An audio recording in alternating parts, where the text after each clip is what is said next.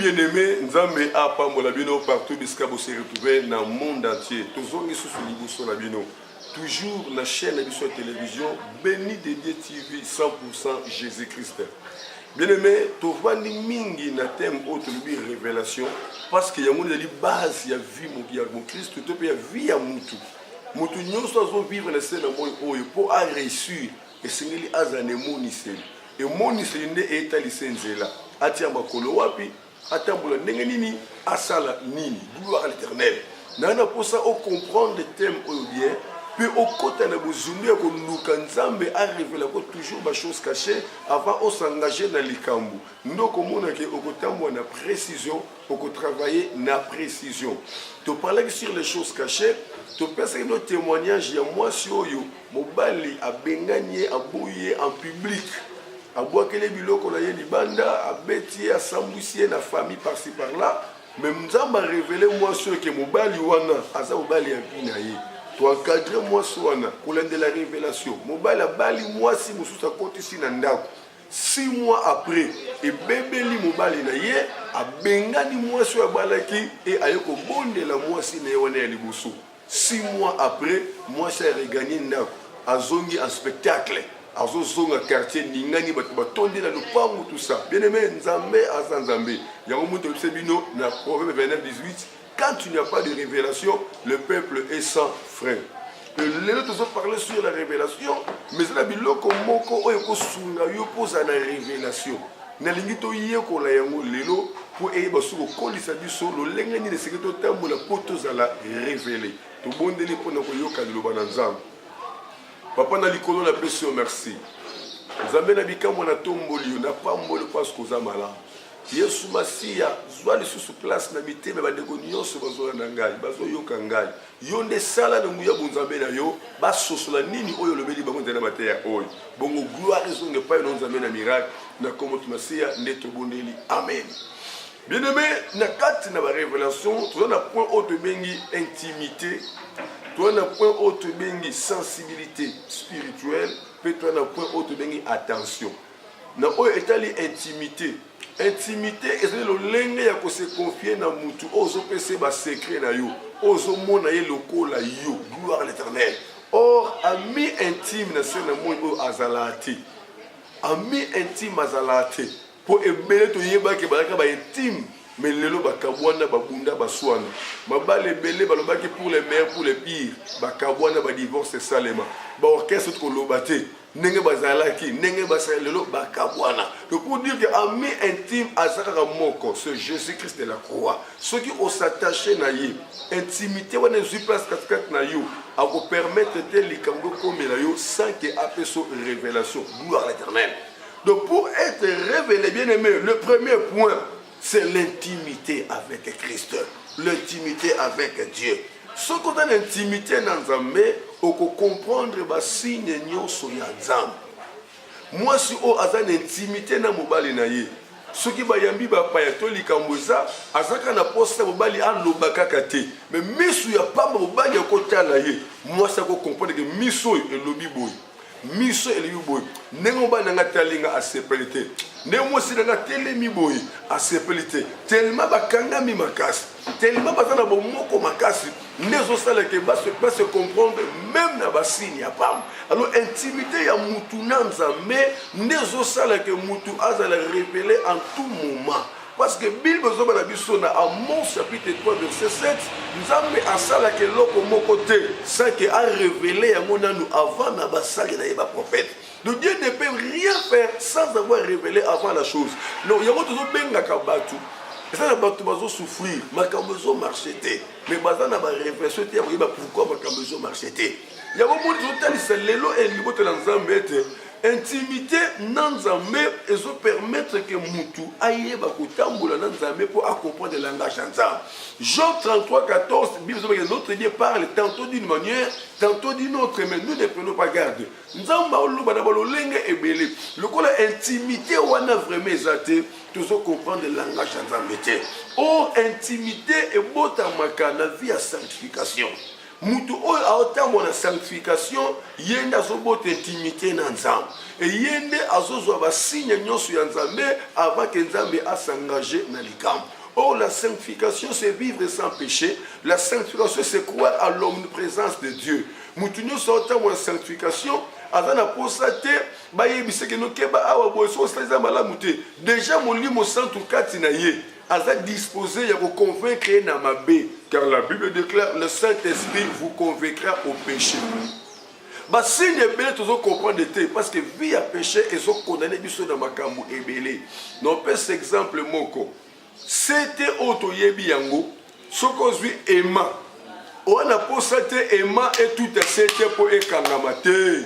So zuka emote likolo ya c'était mbala moko automatiquement c'était mati akanga bina ema. Donc mutu o ana vie à sanctification aza mutu oyo aza na toi te no abonner la genete katanga zu concentration déjà nzamba zo révéler même na sa pongi na ye nzamba ota se ba chose cachée mais c'était wana so que zu potopoto et zu ba oui ato zu ema obambi ngo likolo na yango e ko s'attacher te e ko coller alors ba oui wana neza vie à péché donc vie à péché ezo bungisa biso langage ya nzamba.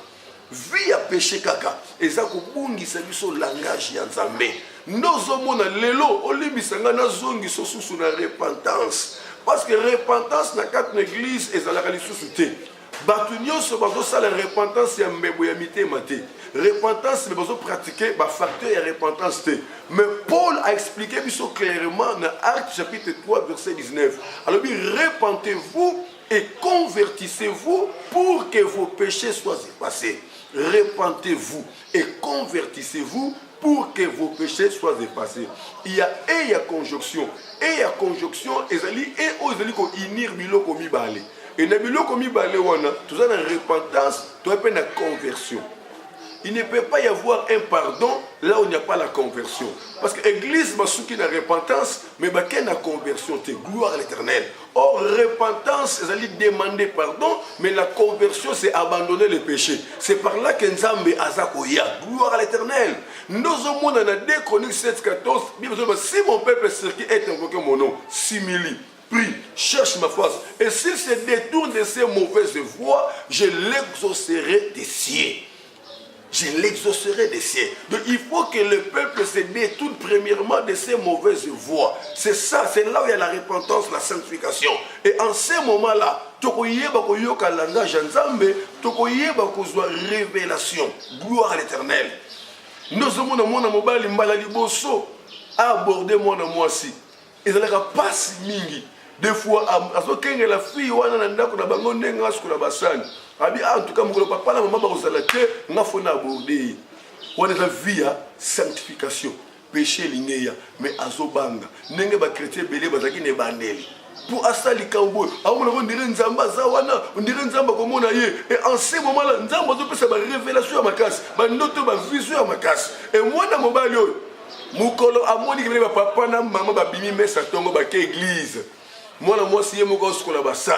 Mon nom balake tellement à message de l'eau quand à quelque ko balukanaye na place que aborder moi soit à 5 ne maya comme nous sommes dans la langue malili makasi ba pese maya malili ameli maya malili oyo akanakati gloire l'éternel. Pourquoi? Et ça vie il y a sanctification donc azobanga lisum en ce moment-là Saint-Esprit so convaincre Saint-Esprit so batelaye pour akoué na kat na danger et ce qui révélation est aza très sensible aux malamoko révélation même dans notre même dans basigne azoko kolobate pourquoi parce que Saint-Esprit va venir pour empêcher nous sommes dans mon mobile abongami aborder mon moisi mais tant comme il besoin mon moisi abongi koloba na ye maloba akosi kosomba koni akane kosomba koni te chemise ke toko pantalon ke toko mais asombi na koni na place alinga moisi to atia moisi litoi ezabe faire sanctification Saint-Esprit azosa mais ce qui abordé une fois abordé 2 fois et comme il vit 4 na ye abandi ko sala yango en ce moment là Saint-Esprit a commis attristé ne révélation est comme un problème parce que déjà barrière moko se koti pour les sous za vie à barrière ndozo mona na Esaïe chapitre 59 1-2 nzambo zo ke lisumu ezotia barrière pour ne pas empêcher biso to kutana nzambe ndomoni révélation ezo ya difficilement ne sika o vie à péché ezali ndozomona mwana mwasi mbala liboso akutana mobali pour la première fois zobanga des fois zolela basimete azolela basimete azobanga mais soka meke une fois deux fois trois fois et comme il vit des fois comme koluka mo yemoko en ce moment là Saint-Esprit a déjà bloqué condamné révélation et katani bien aimé le premier point c'est l'intimité avec Dieu. L'intimité engendre la sanctification. Marcher dans la crainte, sans péché. Bien aimé. Et c'est un moment où Nzambe a sur la révélation en tout moment. Au lieu reçu, au lieu de la révéler, il y a la vie à sanctification. Sans la sanctification, c'est difficile pour Nzambe à sur le langage. Nzambe a sur signe. Le temps est arrivé, mon frère, ma soeur. Au lieu de la mingi. On s'appelle la mingi, on peut s'accabler un dixième, on peut s'accabler acte de grâce. Mais mon bandeau y a batouana. Mais il y a des barrières, révélation parce que nous avons bangaye, gloire éternelle.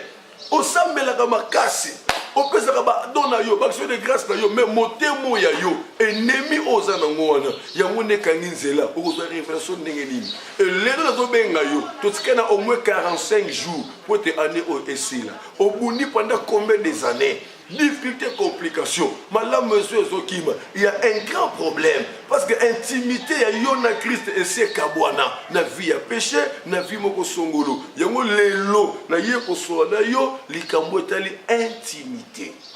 Deuxième point bien aimé, pour que Nzambe a révélé yo, et c'est likambo ya sensibilité spirituelle. Sensibilité spirituelle. Or, dans Job 33, 14, la Bible déclare notre Dieu parle tantôt d'une manière, tantôt d'une autre, mais nous ne prenons pas garde. Pour dire que surtout dans Zéla Bandoto, je crois prochainement tu vas repartir comme tu Bandoto. Parce que Ndoto, il y a chance au Moutounion, ce temps le Belakaï. Pour Moutounion, c'est notre Ndoto. Mais maman dans les Kamou, pour toi, il y a trois sources à Bandoto. Ndoto est outil pas Satan. Ndoto est outil na mémoire, na cerveau. Ndoto est outil pas Nzambe. Bien aimé, la sensibilité spirituelle. Et ça est loco oyo. Quand vous êtes déjà connecté dans mon lit, mon ensemble. Langage nyonso, situation nyonso.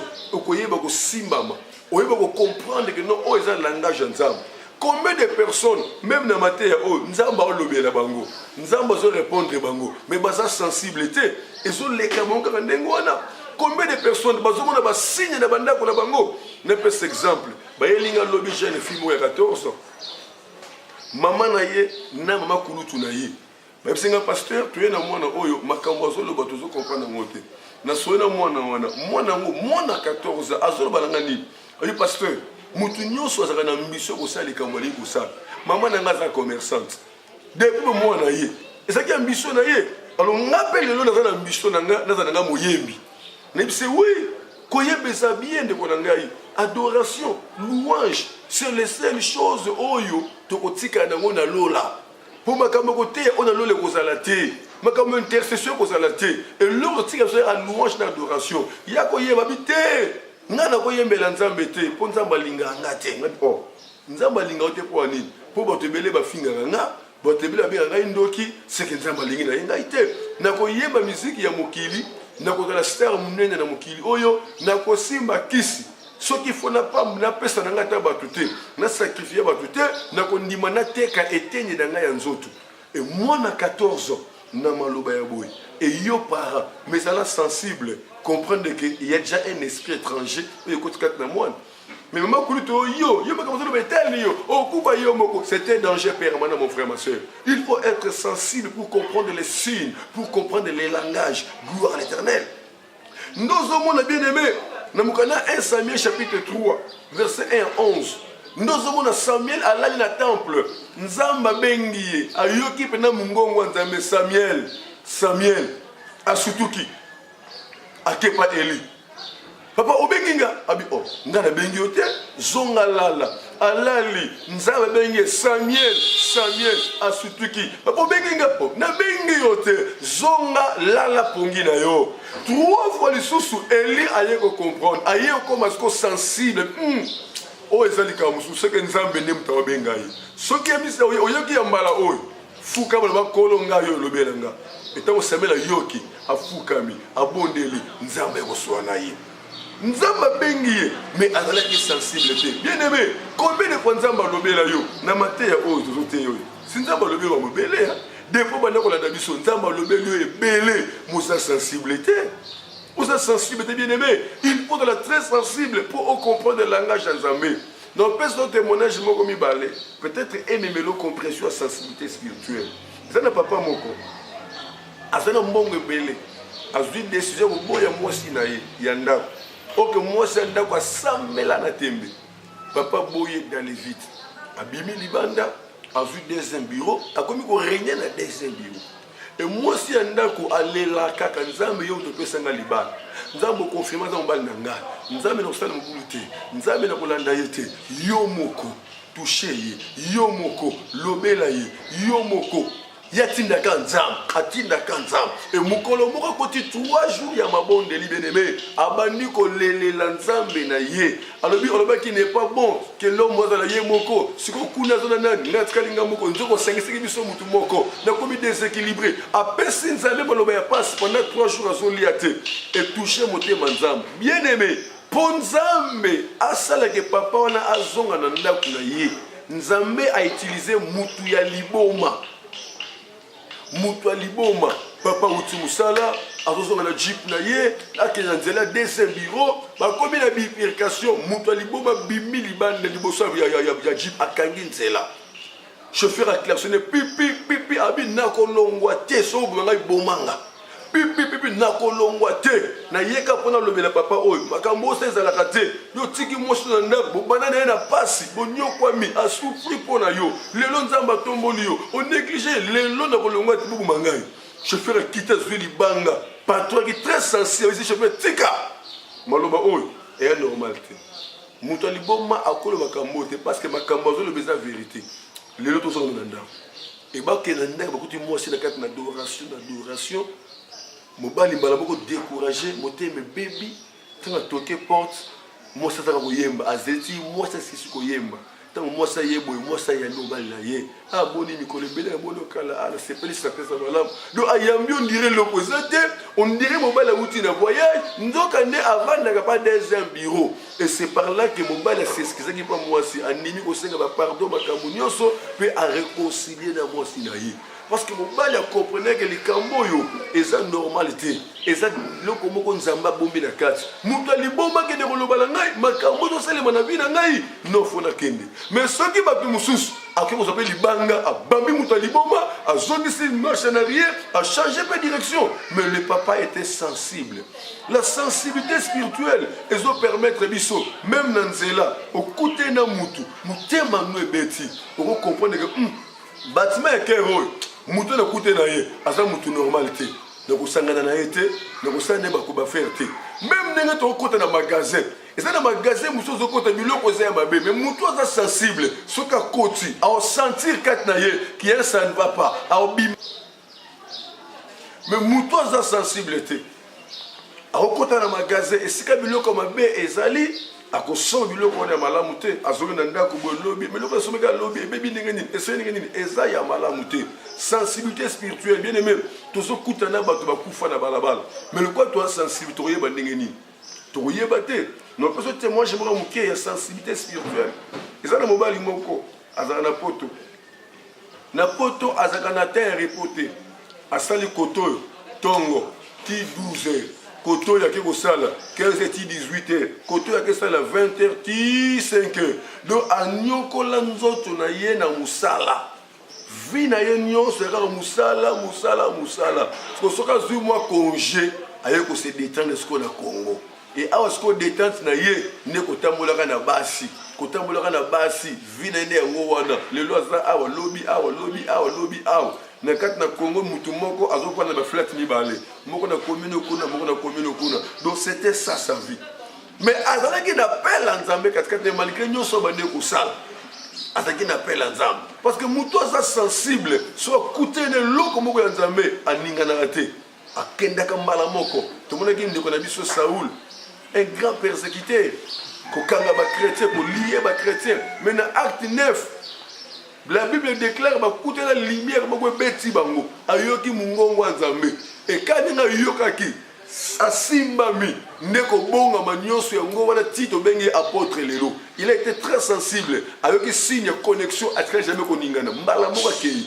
Alors ce monsieur ici, il a commandé qu'on se présente on a awa na Congo, gloire à l'Éternel.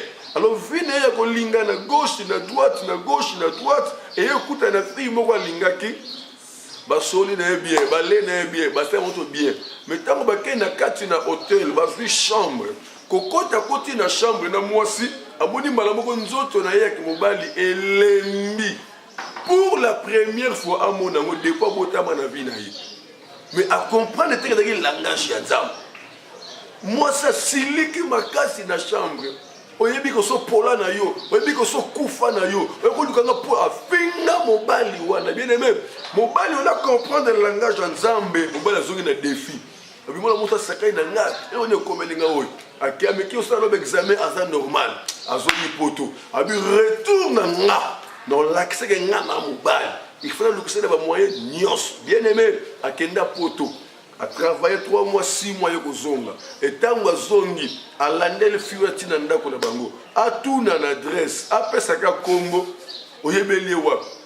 Ozo luke pour la ni, abani okamo or. Mais na yebi yeto salana yabi non, et si akufa. Akufa, mais akufa na date nini. Tant que ba pesi ye date akufa, a calculer. Akufa na nini, akufa na sida. Automatiquement, le type à question a compris que nzamba linginga. Do acte wana nzambe ne mtusala chango. À partir ya wana ndekwa bongo la motema na ye. Ti lelo akoma ko sambela, akoma ko teya. Bien comme ça témoignage au partout. Mais yo nzamba lembi na ye. Alobeli yo combien de fois? Na kata ba prière zo lobelo na ba YouTube zo lobelo na ba zo lobelo yo. Mais tellement ça sensible te nzamba lembi a loba soute ya. Depo ba niko landa nga. Nzambe sa lobelo makambo belé. Mais dia baza kwa mriye yo, baza kwa ndircir motema na yo, okomika muta ba calcul. Ne koute ne papa moko. Ayebi singa makambu na ye, souffrance, difficulté vie ya bana, na yebi si papa wana. To koti mabondeli nzamba lobi nanga. Dossier na ye, e uti na mama oya bota mama na bango. Aloba kama loba, bana oyo, bana nanga bakobota, puli bakoko nanga. Tala bako sala bo. Na pas si réponse. Le papa me dit que non. Makambo lobi za la raté. Parce que maman ngai koko ayebi bana ote babota bi na poto yeza na Kishasa koko wale kutunanga mokutu na yebi ete na biya makambo ya molimo eza makambo ba yeba te makambo ya molimo eza makambo ya makila koko wana alobaka na makila na ye oza makila ya koko na bino et maloba ezo condamné ezo landa jusqu'à 4e génération tellement papa za sensibilité abina uti na Kishasa na luki ba délivrance ba pasteur nyoso yoka wana na leki bien aimé la Bible déclare il y a un temps pour tout il y a un temps pour toutes choses. C'est la sensible comprendre le langage nzambe.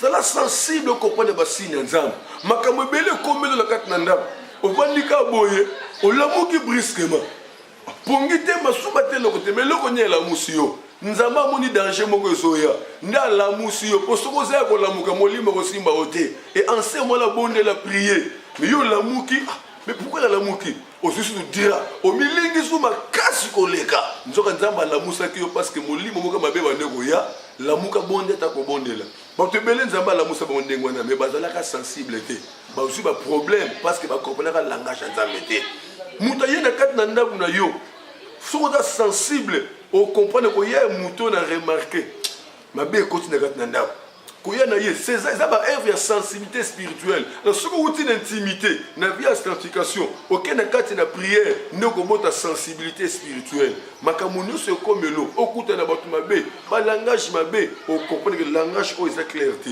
ba nebele lelo bozoko se comporter ndenge to ibele ki bangote mais toujours socialité pourquoi toute la sensibilité kolia au moins na komi kolia allez la boywa kolia au moins na komi kolia lelo allez la boywa impolitesse au moins na komi nango azui nango ba langage ba réponse au moins na komi ko zongisela yo est-ce que c'est normal tétité au moins na komi nango tellement sensible te ozo comprendre que nous ya esprit ko sa côté na kat na mona o baloba mona zoloba eza yete molimo sa koti ndo moni témoignage moko je crois si bolandango to bolandango mikolo yo kaka lobi kuna bomona mona mwaso yo a détruit famille ba parents ba yeba ke lokoti Et yo que le reste motema nanga mona moi ça le bien ta rosala ki ndoki na ye azo msema moto na kati na ndako papa la musi prier na ndako na ala bazo bona abi yepe na kati prier boka moto yepe moto toka yemta na basa makambo wana sensibilité zati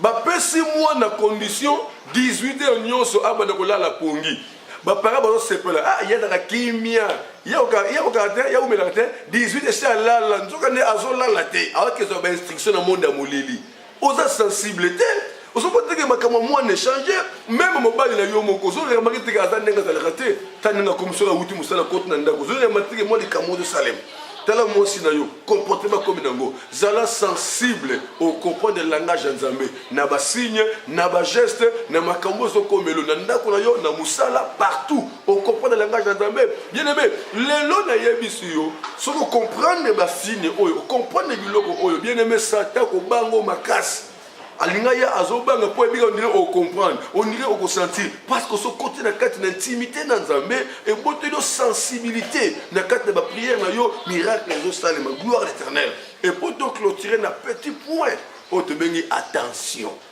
et belé bazo tirer attention te ya muto yo ayaki ko toquer na porte na yo maloba lobela ki otsaki attention te eza message nzambe apesaki yo lelo oyo brisque motali boye évangéliste Ernest Mungu makambo azo lobela otira attention te eza nzambe ne muta olobela yo parce que amoni ko nyoko mingi bambongo ekei opesa bofrande mabe badimi mabe bofrande bandenge belé zopesa mabe loko moyo salema te mais nzambe asali ki okuta na chaîne na Béni de Dieu TV 100% avec Jésus ne musala nzambe apesi biso pour la délivrance di bota na nzambe alors les kamotali attention totangi na mukana nzambe na Jean chapitre 20 verset 11 à 15 tanga bien au moins histoire ya Marie 3e jour tongo alamuki na pakamalasi aya kubwaka na tombo ya Jésus azo yena tongo atala boye na musika libange zatabi mais libange longwe na tomba mokonzi balongo likora mokonto nini olia koma vérifier mal esika babisi balalaki apesi sango Jean Mutaliboso vitesse akoma na tombo libange zatabi boy kokota Pierre yena libumela na kilo la mukuse na yambangu akoti kokota koti atimba boye balenje ya pamba nzoto mokonzi ezate abimi vitesse bien azate Jean koti alandi boye azate abimi Maria koti abia non kendete batie ye wapi Maria bandi kolela asutuka boye moni ba ange mibale moko na kota mutu moko ta makolo batuni mwasi ozoluka nani abi nazoluka mokonzi nanga na yeye sika batie na yebite banani bazuye ata na sima boye Yesu abimeli ye atuniye mwasi ozoluka nani yoka Marie tala yo mutabilango so yo mutozuye loba na ngai otie ye wapi